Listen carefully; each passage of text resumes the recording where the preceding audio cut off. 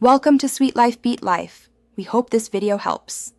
Start by understanding the core limitation of the assistant on Android devices. You cannot change the wake words beyond Hey Google and OK Google. That restriction applies across most phones and tablets using Google Assistant. However, the assistant can learn a nickname to call you by name. You can also use routines or external apps to simulate a custom trigger phrase. This video walks through the nickname setting and useful words. Open the Google app on your Android device and tap More in the bottom bar. Tap Settings, then select Google Assistant from the list of options.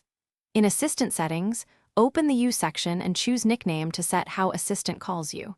Type the name or nickname you prefer and then save it. The assistant will use that nickname in replies, but this changes only how it addresses you, not the wake words. If you want a different phrase, create a routine that runs when you say a custom command. Open the Google app, go to Routines, and tap New Routine to add a trigger phrase and actions. For fuller customization, use third-party apps like Tasker combined with voice recognition, but expect a setup effort and additional permissions. Keep in mind the device still supports only Hey Google and OK Google as true wake words across the system.